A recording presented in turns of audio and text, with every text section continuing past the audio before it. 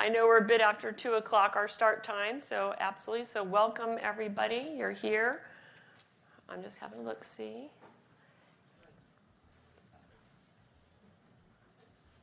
Great. Okay, so I guess whatever stragglers come in. All right, so good afternoon, everybody. I'm Kristen Williams. I'm a professor of political science, and I'm welcoming you to this panel, Democracy in Distress. As you'll note, there is actually a question mark after the word distress, and hopefully they'll help us to answer that question. Before I introduce my political science department colleagues, I wanted to let you know about how the session is structured. Each of my colleagues will speak for 2 to 3 minutes about the crisis in democracy today from the vantage point of their research and teaching interests. We'll cover a lot, but not all of the globe, Russia, China, the Middle East, Latin America, and the United States. After their brief comments, we invite you to ask questions from both of those of you here in Jefferson 320 and also for those of you who are joining us virtually. There's an email address that you can send your questions, and we've got people here in the auditorium who will ask the questions on your behalf.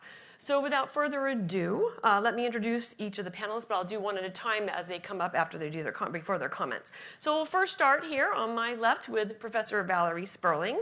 Valerie teaches a variety of courses in comparative politics, including Russian politics, revolution and political violence, and mass murder and genocide under communism.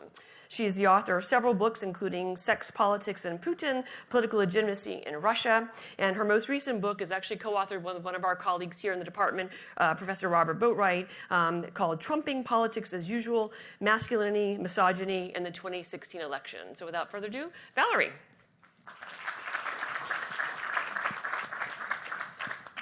Thank you very much, Professor Williams.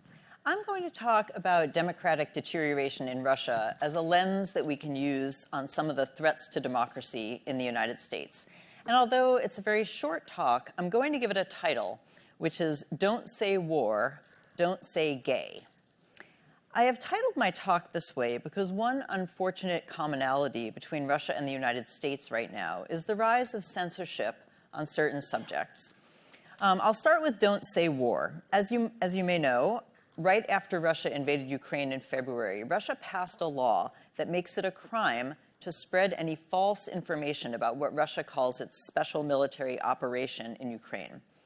Under this law, calling the invasion a war carries a prison term of up to 15 years. This has the effect of eliminating any open conversation about the invasion. Now, what about Don't Say Gay? This refers to a Florida bill that became law in March that prohibits teaching about sexual orientation and gender identity in public schools through the 3rd grade. And it gives parents the opportunity to sue the school district if they think such discussions in higher grades are not appropriate. Now, these laws are problematic on their own, but they're accompanied by a trend that is just as disturbing, and that is the spread of disinformation. Forbidding Russians to say that the war against Ukraine is a war creates the space for the Kremlin not only to argue that Russia has not invaded Ukraine, but it also enables the Russian government to claim that Ukraine's military has shelled its own cities, killed its own civilians, and staged the bodies in order to frame the Russian military. This kind of disinformation is at the heart of the Russian government's assault on Ukraine, and it's facilitated by the law that promises to severely punish anyone who contradicts the Kremlin's party line. Now, one might argue that a key difference in this regard between Russia and the United States is that in the US we have a free press. But unfortunately, free speech does not protect us from the spread of lies, even extremely important lies. Ukraine did not bomb its own train station in Kramatorsk or slaughter its own civilians in Bucha, and Donald Trump did not win the 2020 presidential election in the United States, but a majority of Republicans say that they think that he did. And despite what Vladimir Putin says, Nazis have not taken over the government of Ukraine, but white supremacists did take over the US Capitol in January 2021. Unfortunately, there are many people in both Russia and the United States living in a whole parallel universe of disinformation. And although one set of lies results from the absence of free speech, and the other arises in an atmosphere of free speech, the outcome is incredibly destructive to democracy. So in that context, I will simply end by saying that the importance of using the liberal arts institutions that we have, while we have them, to teach people critical thinking and well-grounded research skills cannot be underestimated. Thank you very much.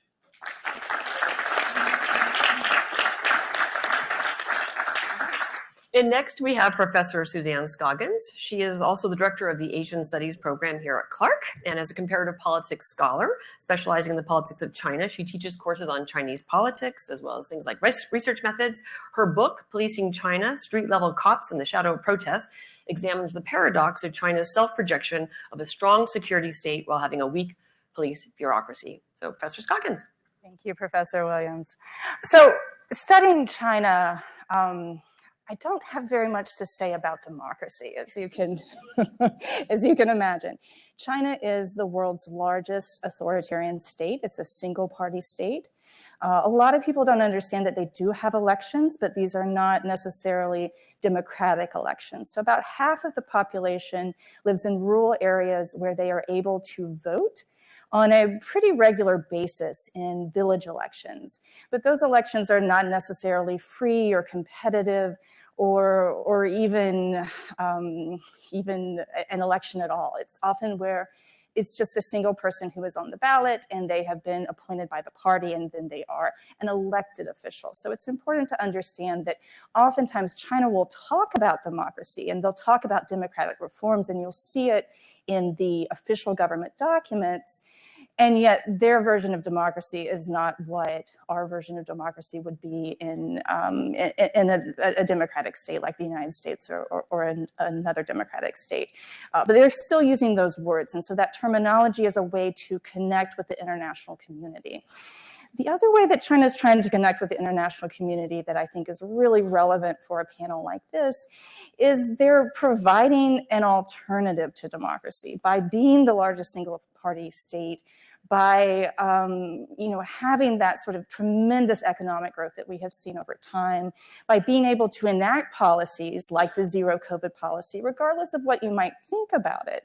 They're still able to enact these policies with a relatively large degree of success, even in the face of Omicron, shutting down the entire city of Shanghai, potentially shutting down Beijing to achieve the Communist Party's goals.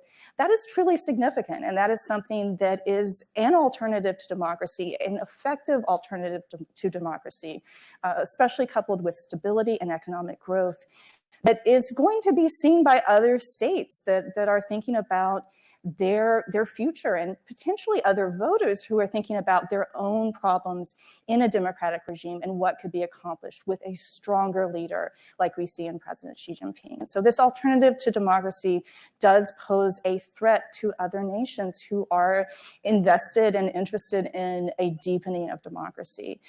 China has recently backed away from this sort of putting itself forth as a model. The China model is something that we no longer hear about very much, primarily because their circumstances are so very different from other countries, given their people power and their natural resources, and also the strength of their bureaucracies. And yet at the same time, I think we're going to see other states that are struggling, looking at China and saying, hey, this is a different mode of governance, and it's working well in China for them. That does come, however, with the shutting down of certain rights and certain groups, including the Uyghur minority group, which of course has been targeted in a cultural genocide. And we have potentially as many as 2 million people who have been put away in camps right now who are members of the Uyghur minority group. And so those downsides are certainly evident, but it remains to be seen of which side the other potential governments that are thinking about alternatives, which side they're gonna look at and how they're gonna weigh their own options. So that's all I have to say for now.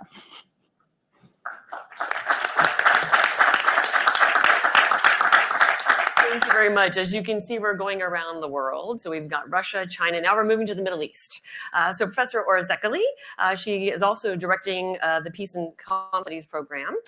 She teaches courses on comparative politics, including identity politics, refugee, civil war, and politics in the Middle East. And as a Middle East expert, she is the author of the Politics of Militant Group Survival in the Middle East and the co-author of Insurgent Women. Thank you. Thank you.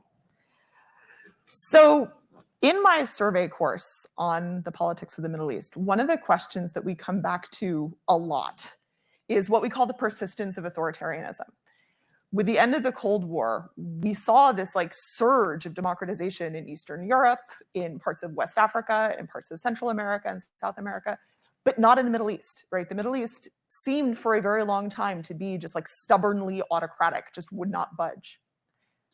But then, about 10 years ago, it kind of looked like maybe things were turning around with the emergence of this mass protest movement across the region, which is known, at least in English, as the Arab Spring. So for a while, it kind of looked like the region was finally getting its much delayed democratic transition. 10 years later, 11 years later now, things are back to looking fairly bleak. So during the Arab Spring, Egypt and Tunisia and Yemen and Libya overthrew long entrenched dictatorships. And a lot of people thought that this was going to be the beginning of a real democratic transition. But today, only one of those states successfully transitioned to democracy. That was Tunisia. And the democratic transition in Tunisia now appears to be sliding pretty definitively back into autocracy. And many of the governments that had sort of like brief transitions, like Egypt, have now reverted to autocracy in a way that is even more brutal than it was prior to the uprisings in 2011, because the regimes learned.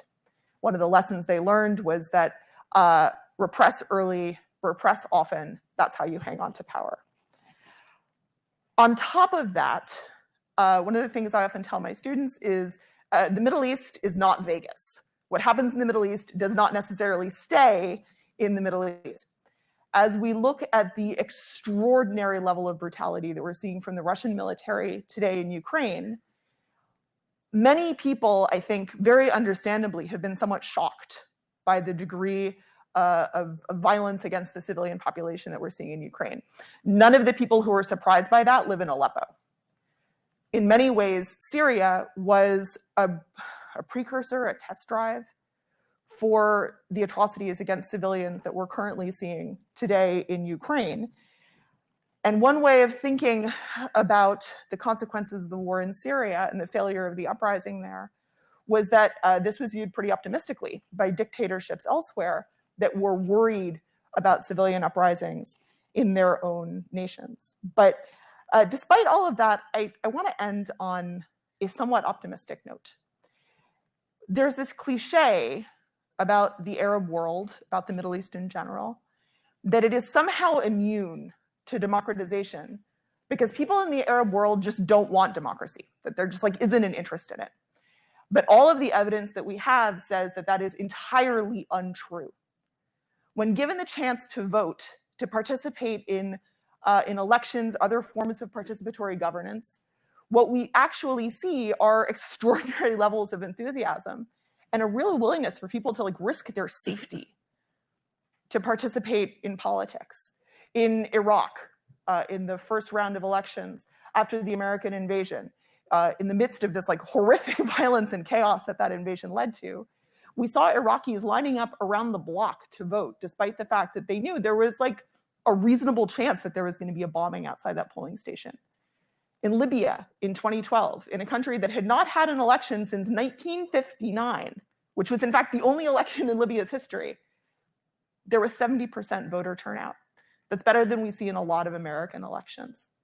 And in 2019, despite the collapse of democratic transitions across the region, despite the rise in repressive policies from many state governments, we saw protests in Algeria that brought down Bouteflika, who was the long-term dictator of Algeria. We saw protests against corruption and autocracy in Lebanon And we saw protests in Iraq against Iranian intervention in Iraqi politics.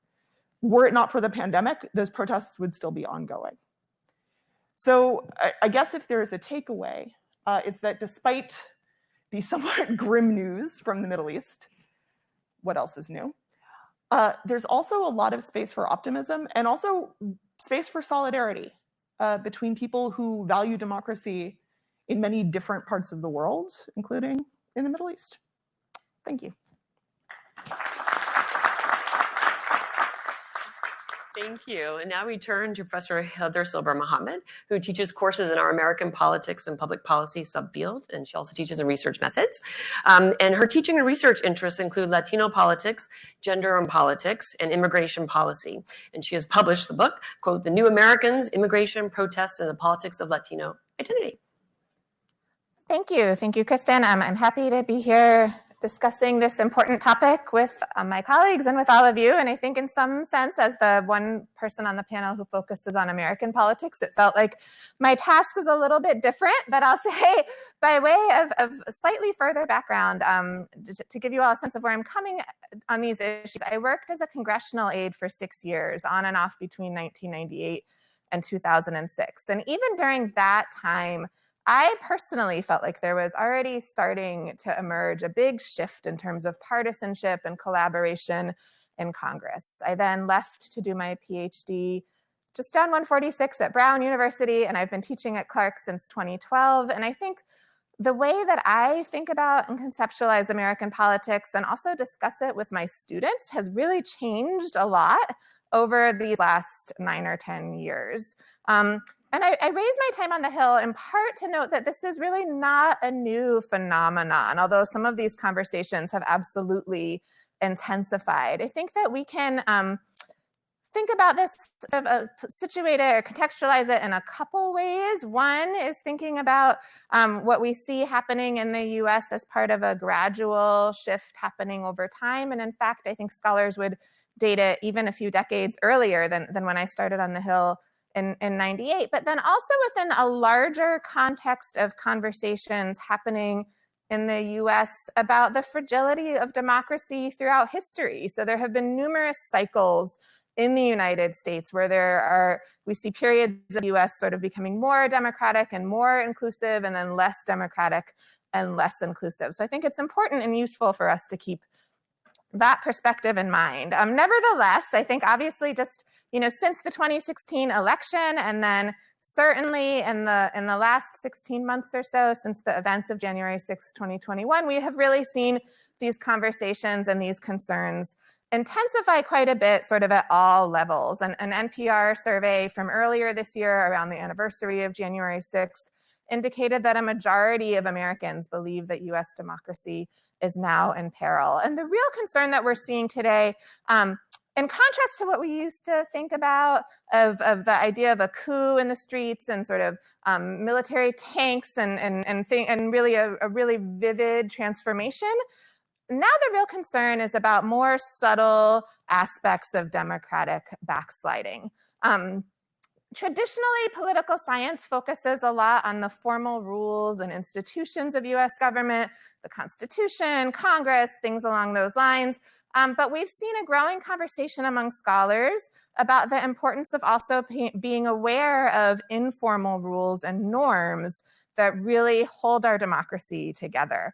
Steve Levitsky and Dan Ziblatt at Harvard, they have written a lot on the fragility of democracy, and they argue that norms are really the soft guardrails of the political system. And so this question emerges about what to do in cases where we see party members and in particular party leaders who are showing lack of respect for norms, and how our political system can respond to these challenges. One other important point that I want to just briefly make as a scholar focusing on racial and ethnic politics, I'll note that we talk a lot about polarization, and many people think that polarization is worse now than it's ever been before, but there's a growing dialogue among scholars around the fact that we tend to point to like the 50s as this golden era of collaboration and cooperation. But this was a time period where communities of color were generally excluded from US politics. Women were largely excluded from US politics. So even though we have this sense, there was this golden era of democracy, there's also another sense that this was also a very non-democratic period in the United States. So that's an important lens for us, I think, to consider and understand what's going on today. I'll just note really briefly a couple specific areas of concern. Many of you have probably been following the January 6th committee investigation. Much of it has been happening behind the scenes. I think we're getting ready to shift to the public hearing phase, which I think is a really, really critical point. And then at the state level in the United States, we're also seeing ongoing efforts, as some of my colleagues have alluded to question the integrity of the 2020 election. And we're seeing the New York Times reported a few months ago that nearly 24 Republican candidates are running for Secretary of State or election administration positions at the state level who continue to raise doubts about the integrity of the 2020 election. So I would say that those are two really big areas of concern for us to keep in mind. And these ongoing conversations about the integrity of the 2020 election really, I think, sows doubt among all sides, not only among Republicans. And I'll just close with a note of hope and optimism that I try to share with my students despite everything that's happening. Young people today are politically engaged at extremely high rates. They're voting at higher rates than before. They are voicing strong concerns about issues ranging from climate change to polarization to racial politics and unrest in the United States. And so I think for me, the one area where I see hope is with our students and their generation. Thank you.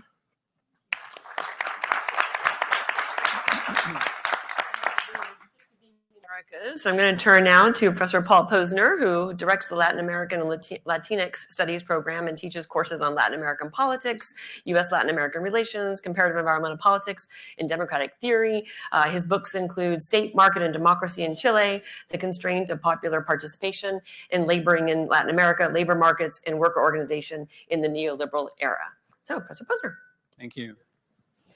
I'm going to try something slightly different than my colleagues. I'm going to request a little audience participation. So I'm going to read to you a number of characteristics, and then I want you to kind of answer my question. So I'm asking about a leader, and I want you to try to see if you can identify who the leader that I'm thinking of is. This leader had notoriety in the media, but no prior political experience. This leader campaigned as a political outsider and attacked established elites in the two dominant political parties, vilifying them as corrupt. This leader claimed that he would restore this country's greatness from a previous era. He claimed that he would rule on behalf of the people against the corrupt elite. He claimed that only he understood the people's needs and thus only he could address their concerns. He cultivated his base of support among segments of the population who experienced a loss of status and security and felt politically and economically marginalized. Once in office, he attempted to undermine checks and balances, to concentrate power in his hands, and to manipulate electoral institutions and processes in an attempt to remain in power. He exacerbated political polarization by engaging in ad hominem attacks against political opponents and attacking opposition groups as corrupt, inferior, and unpatriotic. He attacked the media as corrupt, biased, and unethical, and used state policy to reward supporters and penalize his detractors. Who am I talking about? Chavez. Nobody said Trump. Right. Well, the remarkable thing is that if I said that this was American politics, everybody would have said Trump. But yet every one of these characteristics that I described applies exactly to Hugo Chavez in Venezuela. But yet they have nothing in common ideologically, or at least rhetorically, they don't. But they're both populists. And populism seems to be the scourge that is traveling across the globe. And I think it could be argued that populism really started in Latin America back in the 1930s, but it has spread to other regions and more recently to the United States. So, I title my talk, populism and democracy in distress. And I don't put a question mark there, I put an exclamation point. Because democracy is in distress in many places, but what I think is most concerning for many of us is that it is now threatened in our own country or in other countries where we thought that it was secure, such as France, for example. We wouldn't think that someone like Marine Le Pen would become so close to winning the presidency. So the conditions that have been prevalent in Latin America for generations are now spreading to other regions. I mean, it's not new in the developing world, but it's more recent in the developed world. But so, I'm trying to understand that. What are the conditions that have facilitated that? So first, we have to understand essentially what populism is. First of all, populism is an ideology in which a leader attacks a corrupt elite on behalf of the people. But ultimately, it is instrumental or transactional in the sense that the populist ruler is trying to concentrate power in his hands. So it's by definition anti-democratic, right? Yet populists gain power through democratic mechanisms. Once they get into power, they're not the traditional autocrat in the sense that they don't shut down the democratic system. They simply try to manipulate it to their advantage. And so they use the grievances of their base to channel those grievances against other segments of society and thereby fragment, stratify society, polarize it. So you cannot go to a country that has a populist regime and not see this severe polarization. Populists thrive on that. But their goal is not necessarily the interest of the group that they have captured as their base. Their goal is to maintain power. They don't really have any particular interest other than maintaining power. But so having that basic description, we need to ask, what are the conditions that facilitate populism? So why now, right? Why is it happening that populism is spreading so pervasively across the globe now? Well, one, it has to do with the failure of democratic regimes to be responsive to their constituents. If they haven't addressed the demands of their populations, that opens the door for populists to come in and point fingers at corrupt elites. And the other major factor that really facilitates populism is inequality, right? And we've had this growing inequality at least since the 1980s. It didn't just start. I mean, we talk a lot about inequality in the United States recently, but it's been growing significantly for decades. And it's not unique to the United States, of course. And with regard to inequality, I'm teaching a democratic theory course this semester. And the first theorist that we discuss is Aristotle. And Aristotle has some really interesting things to say. Two quotes that I took out from the Politics. First, the cause of sedition is always to be found in inequality. Second, poverty is the cause of the defects of democracy. So very astute observations on the part of Aristotle.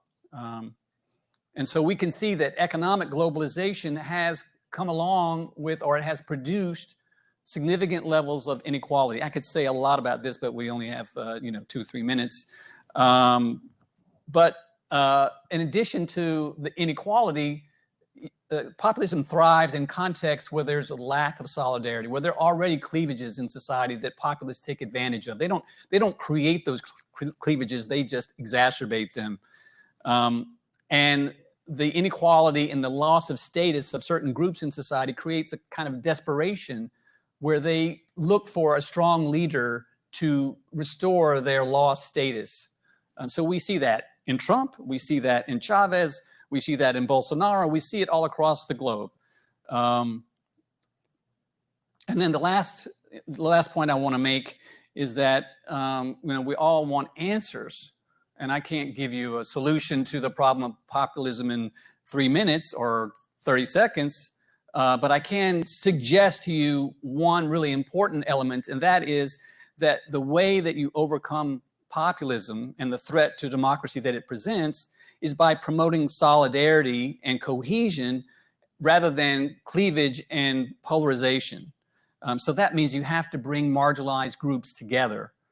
And we could have, a long, semesters-long discussion about how to do that, but I'll leave it at that.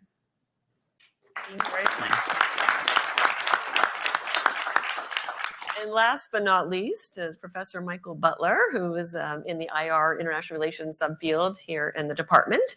And he teaches subjects including peace and war, international security, negotiation, mediation, international relations theory, global terrorism, and the European Union. And his most recent book is titled Securitization Revisited. Thank you, Professor Williams. Sure.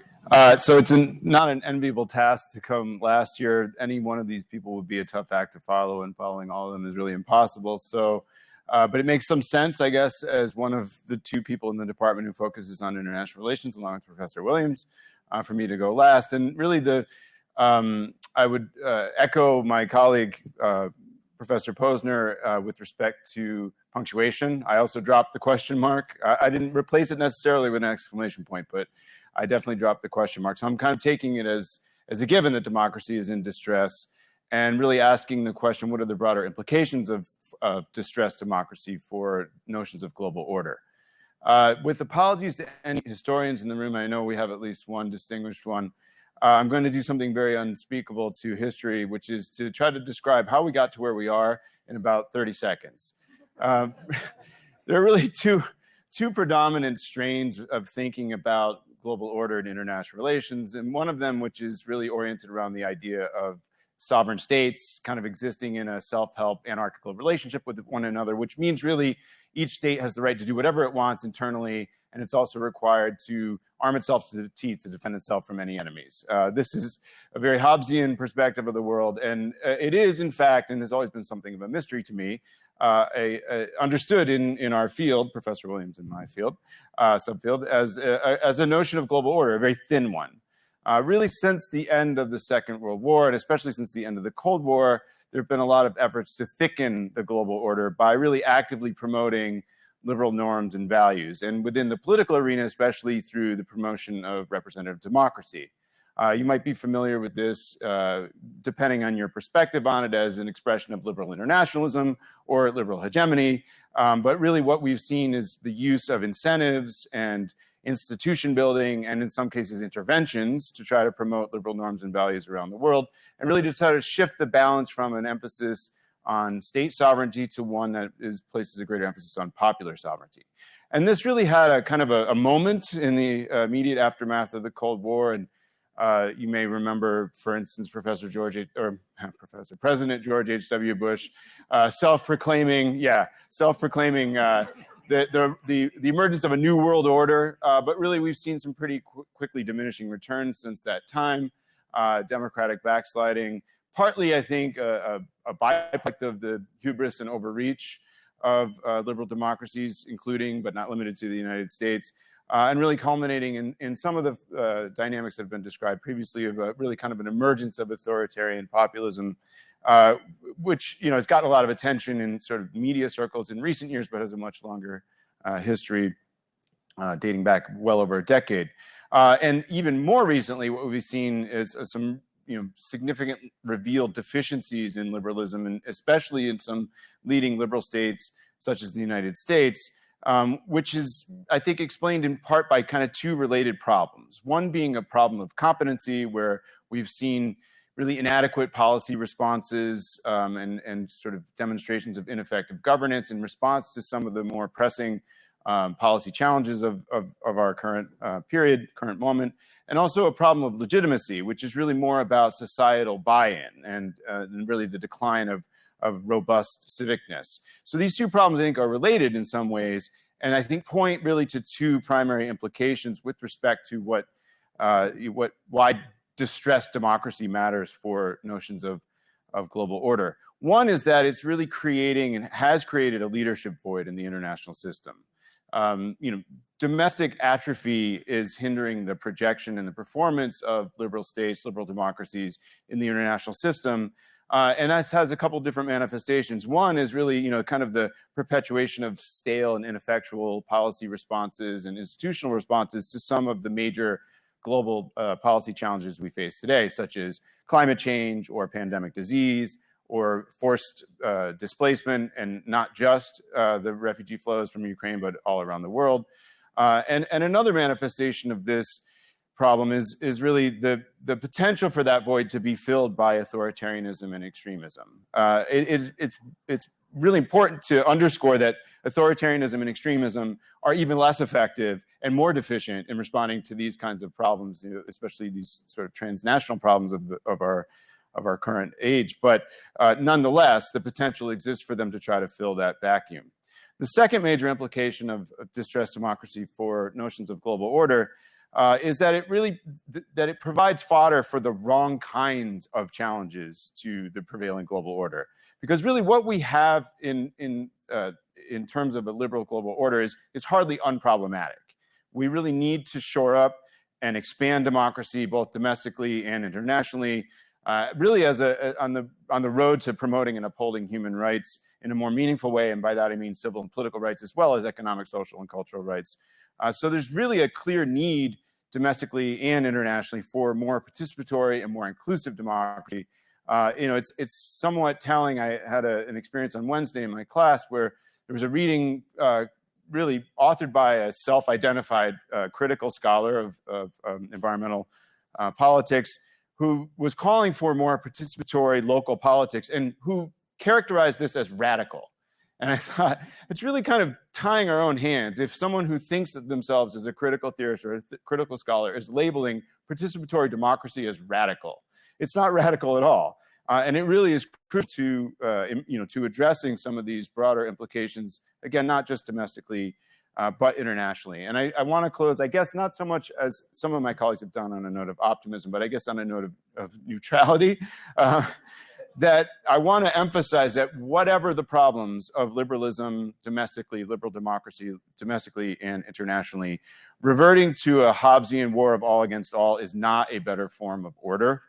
So we have a lot of work to do in terms of revising and revitalizing and maybe replacing some of the international and domestic institutions that aren't really up to the task of the 21st century.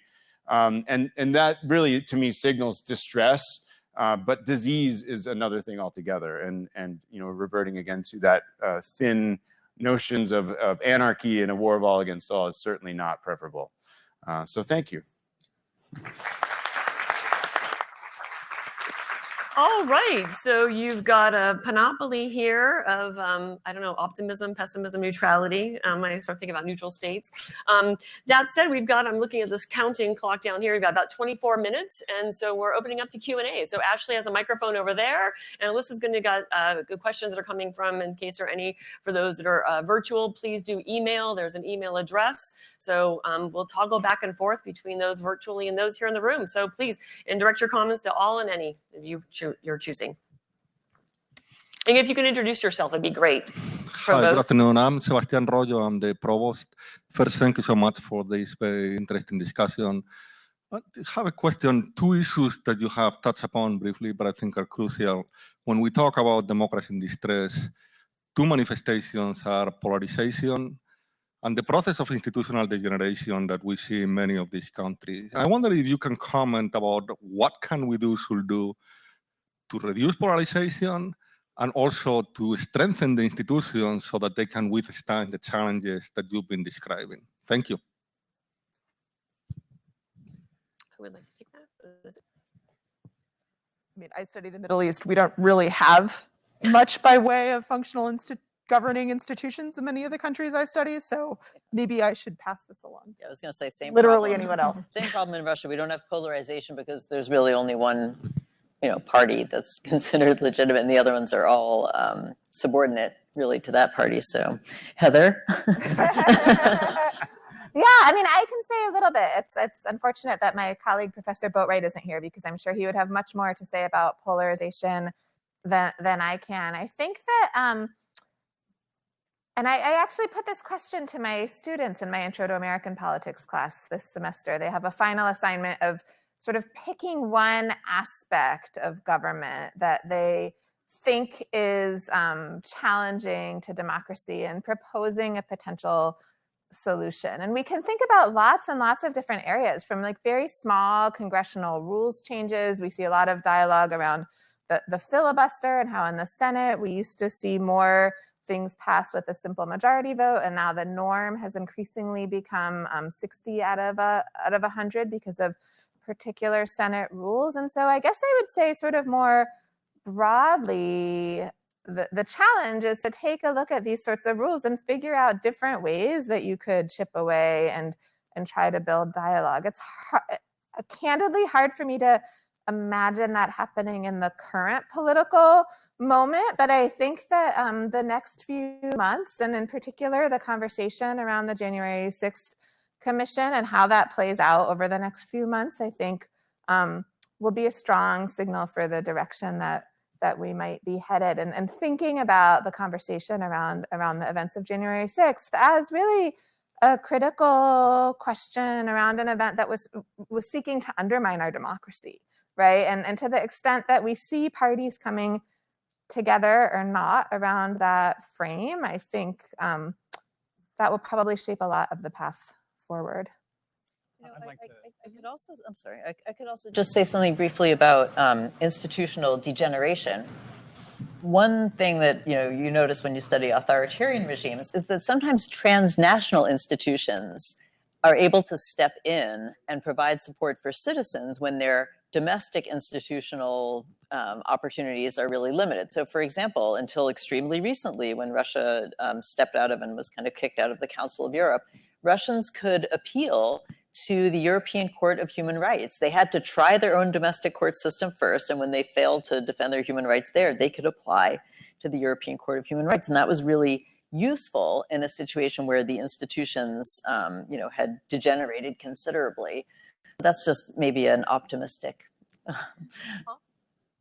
I think that to understand how we can overcome polarization, we have to look at the particular context. So I'll try to use an example from the United States that might help. But as I mentioned in my comments earlier, I think in general, the way to overcome polarization is by promoting solidarity among groups that are marginalized. And what we have under populist regimes, under the Trump administration and under the current Republican Party is the attempt to pit different groups that both have suffered through decline in their economic status and insecurity, precariousness.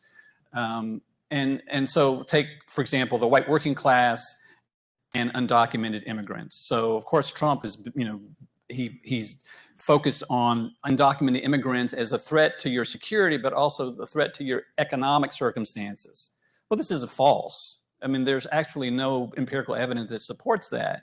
In fact, if anything, undocumented immigrants have done a lot for the U.S. economy. Now, they have, to some extent, hurt low-skilled workers to a small extent, but significant to them. But overall, in terms of the economic benefit, it's been a plus. But our policy has been focused on either, from the right, you support the white working class, or from the left, you support immigrants. But they have interests in common.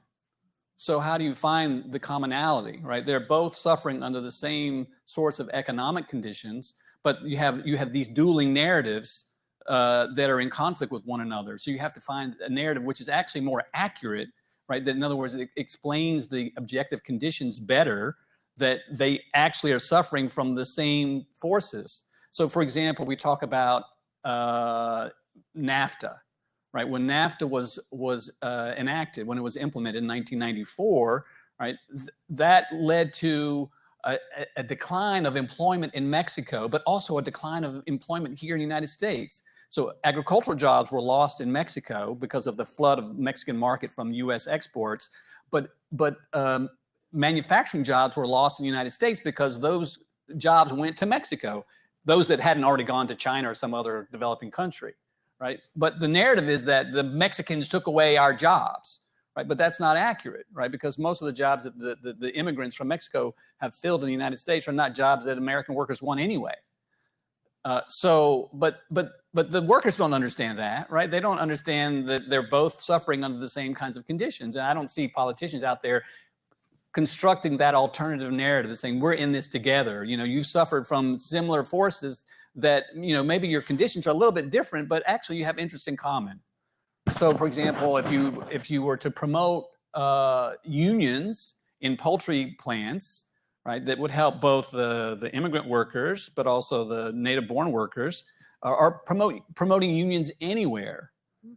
Anyway, the general point is that populists and autocrats only thrive where they can divide populations. So you have to look at the context and figure out, well, what are the interests that the groups that are expressing their grievances or that are marginalized, what are their interests, and where are the commonalities? Then bring them together. That's how you fight autocracy and populism. Another question? So Sandra Abramson, class of 1968, way long ago, when we thought we had a democracy. I would actually change that. Forget about the question mark. I would just say the world in distress. I'd really love a definition of democracy. Aristotle had some comments, but I mean, in this country, we have how many people incarcerated, felons who cannot vote when they come out? We're posing non-democracies against this. What is a democracy?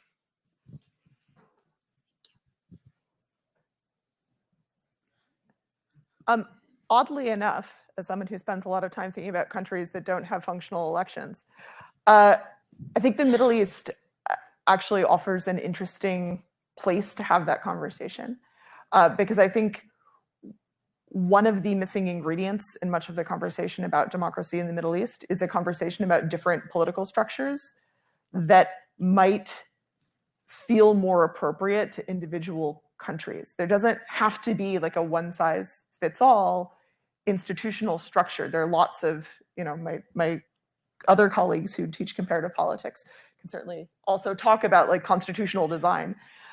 There are a lot of different ingredients that go into making a functional democracy, and the same thing that works for one country isn't necessarily going to work for another. That being said, while there are lots of, there are like weak democracies, there are flawed democracies, but there's no such thing as a good dictatorship. None of them.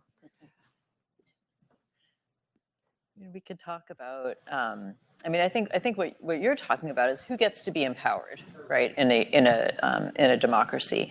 How old should you have to be before you can vote in an election?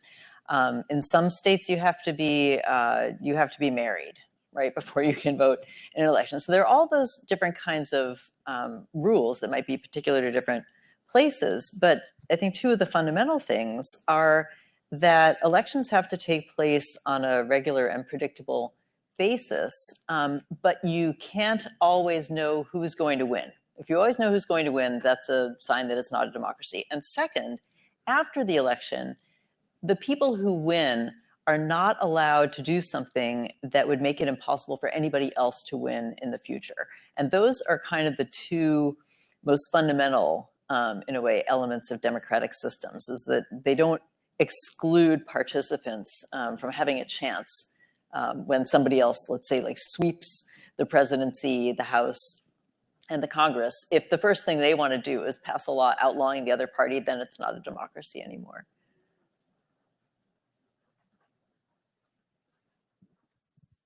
Thank you. Thank you all for your participation and your comments. Ingrid Busson Hall, class of 1996. My question involves truth and what stands for truth, and the rise of social media platforms, which, speaking of the Arab Spring 11 years ago, showed great promise. I mean, I don't actually think that could have happened or been fully enabled in the absence of social media platforms. So it seemed like a really great thing. And then fast forward only a few years later, and we see the downside of those platforms, recognizing that free speech is a hallmark of a functioning democracy. What are your thoughts about what's to be done in the realm?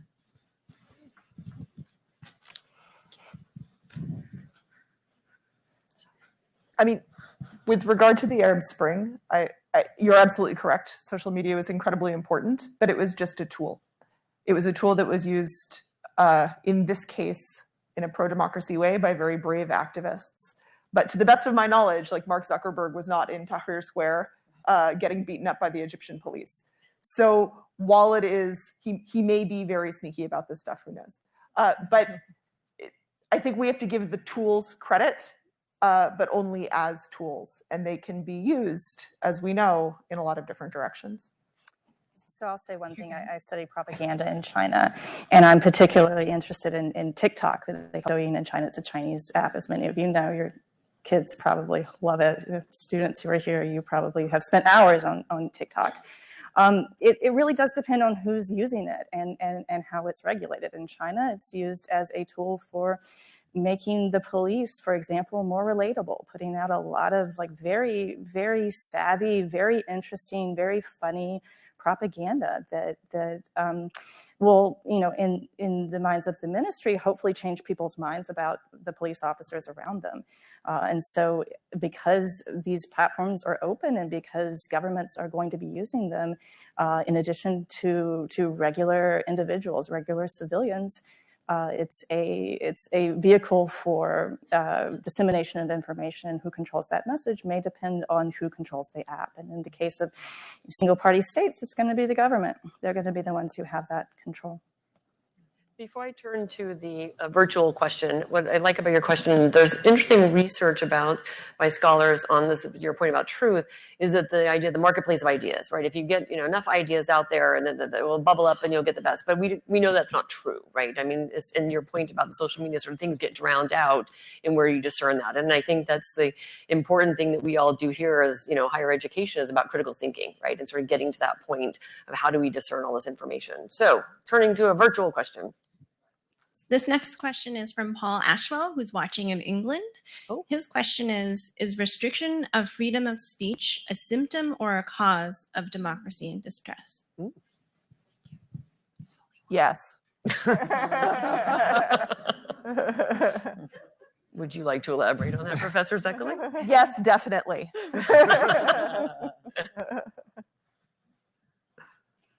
Other symptoms? I would say that it's both. But also, I think we need to expand the notion of freedom of speech. So there's one that gives the individual the freedom to say what he or she wants to say, regardless of the consequences. And there's another notion, which is to suggest that in order for there to be free speech, people who feel threatened need to be provided with a safeguard so that they can speak freely without being intimidated. So a lot of the trolling that happens is clearly designed to suppress speech, or to suppress opinions that go counter to whoever's doing the trolling, right? So it's not just the Elon Musk version, right? His new version of Twitter, he's going to open it up. It's got to be, you got to protect people. That's part of free speech too, and that's been a long tradition in our culture. So the social media needs to learn how to incorporate both of those things. I think the European Union is doing a good job by establishing new norms that do just that. So hopefully, that will cross the Atlantic and we'll get some of that here too. I think it connects a little bit to the previous question, as well as to your remark, Professor Williams, about what I have identified in my own remarks, kind of the decline of a robust civic life. Because that, and I attribute that maybe especially in the United States to the downward pressure put on educational systems and public education in this country for several decades, which has left people really ill-equipped to discern, what ideas are plausible or what truth is and what is, clearly propaganda or bald-faced lies or what have you. So I think, I think it's adjacent to this question as well, in terms of, yes, I agree. It's both aspects of free speech are relevant here, but also the dissemination of the marketplace of ideas becomes overwhelming for people to navigate without the tools necessary to do so. I will go back on my word and say, yes, I am going to elaborate on this, which I think this is a question that, like many other aspects of our conversation today, really points to the value of the liberal arts and to the value of a liberal arts education, including the way we do it here at Clark. The ability to debate freely about complicated and difficult ideas. For instance, I'm teaching a course this semester on the Arab-Israeli conflict. The ability to have sincere conversations with sincere disagreement about complicated issues where people of goodwill can have deep disagreement. That is what we are doing here, here today, but also here at Clark, here at American universities, here at universities just in general. So to the extent that we can think of free speech and robust, healthy public discourse as fundamental to a healthy democracy, I like to think, at least, that the project of the university as an institution is able to contribute to that. I would also point to a common thread across a few of these questions. So when US politics scholars and perhaps other parts of the world think about these questions, we also think about the role of social media in, at the very individual level, driving some of the trends and polarization that we're seeing within the population, because it has made it much easier for people to connect to folks who think really similarly and avoid people who think really differently, right? And so as we have this conversation about social media, again, thinking about it as both a really promising and powerful tool, but also one that can shift public opinion, public trust, public understanding of truth in ways that I think people did not expect or anticipate. Jeff Conlon, class of 92. My question, I think, ties together some of what we've just been covering now. For me, Clark was a place where I could learn critical thinking. And I feel like one of the reasons that our democracy is in peril is because of the lack of critical thinking. And so my question is, how can, it's too late by the time you get to college, and not everybody gets to college or university, to learn critical thinking, to learn accurate history, you know, not the glossed over version. So what can universities like Clark do to make sure that critical thinking, accurate history, and all the other things that many of us were exposed to, unfortunately, for the first time in college, how can we get that down in K through 12? Because obviously there's a fight against accurate history at the moment. So that's my question. Well, I can say as somebody who has children in the public school system in Massachusetts, we're actually quite fortunate that they do try to teach critical thinking through the K through 12 grades too. I think recently the government, or Massachusetts state government, passed a law about civics. I think is now a requirement for students to get through high school, which I think is a good way, right? Sort of going back to your point about civics and that kind of education and then critical thinking. So I think we're fortunate that hopefully they're prepared by the time they get here, and we hopefully enhance their critical thinking skills. But it is a challenge, absolutely, right? How do you get people to, right? There's so much information. How do you, when people open up, the newspaper or go online, how to make sure that, 2 + 2 really does equal 4? I think it's really a problem, not of policy, but of will, right? So it's not difficult to imagine how you can inculcate critical thinking values in public education long before students get to college.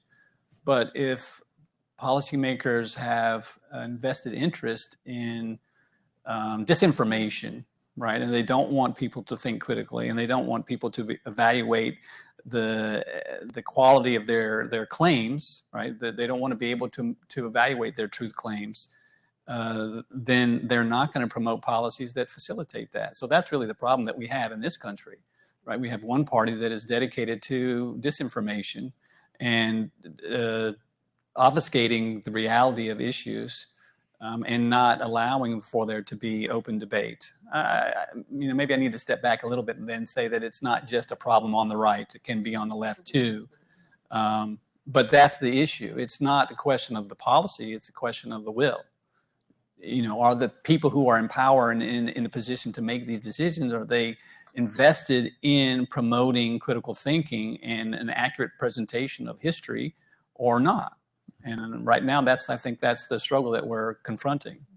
I would say also from the perspective as a scholar of US politics, we think about the elections piece of this, right? So I think many people think about, local elections in the US in theory are nonpartisan, most and many places. And a lot of this is happening within school boards and school board elections, which is not an area that we as scholars tend to think about as sort of the battle of culture wars happening in the United States, right?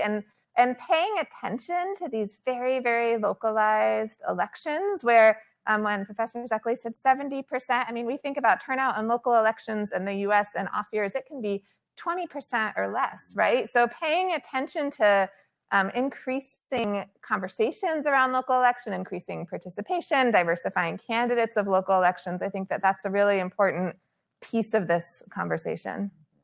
I think one more question. Hi, yes, Jason Barnett, class of 90. I apologize because I missed the first speaker, so if you addressed it, then obviously just skip by. But we're talking a lot about some of the incremental pieces of the decline of democracy, but we're living in a time where there is a all-out assault on democracy physically. And I just wondered whether you had had a chance to address before, is there anything that people are thinking about that can be done other than straight out war to defend democracy in that instance? And in the world that we live in today, where obviously there's not the will for other states to go to war to protect democracy of somebody else, is that a fatal blow to democracy overall, or is this somehow a unique situation? Thank you. You have 26 seconds, 25, to solve it all. Well, I'm thinking Michael maybe could speak about the UN. What was the specific assault you're referring to? Is the war in Ukraine? Okay. Yeah. So 15 seconds. 7. Yeah. I mean the two simplistic conceptions of global order that I sketched out, one being what's called realist, which is oriented around sovereign states, the other being more liberal, which is oriented around notions of global governance, international institutions, and the like, are really fundamentally in conflict here. And that's what we're seeing, because the machinery or the architecture of the international system is built around states. These institutions, which are designed to introduce global governance, the membership are nation states themselves, right? So this is why the Security Council is paralyzed on Ukraine, because Russia has a veto power as a permanent, one of the P5. So, it sort of exposes this gross contradiction in terms. And so I think, in terms of acting to uphold or protect democracy when it's threatened, such as, in the case of the war in Ukraine, without some kind of dramatic shift in the structure of international institutions, we really shouldn't expect to see it coming from there. That period that I described of the the immediate aftermath of the Cold War was kind of the exception, right? Where there was a much more activist United Nations, other international institutions were taking a much more activist posture, but that pretty much evaporated as states like Russia, but not only Russia, kind of found their footing and kind of pushed back against that and have kind of pushed us back towards more of a state-centric international order. So, anything else? Going once, going twice? All right, well, we are out of time, but I want to thank all of you for coming and for asking your questions, and my colleagues here in the political science department, and have a good rest of the day and on to the next symposium. it's Professor Williams. Oh, you're welcome.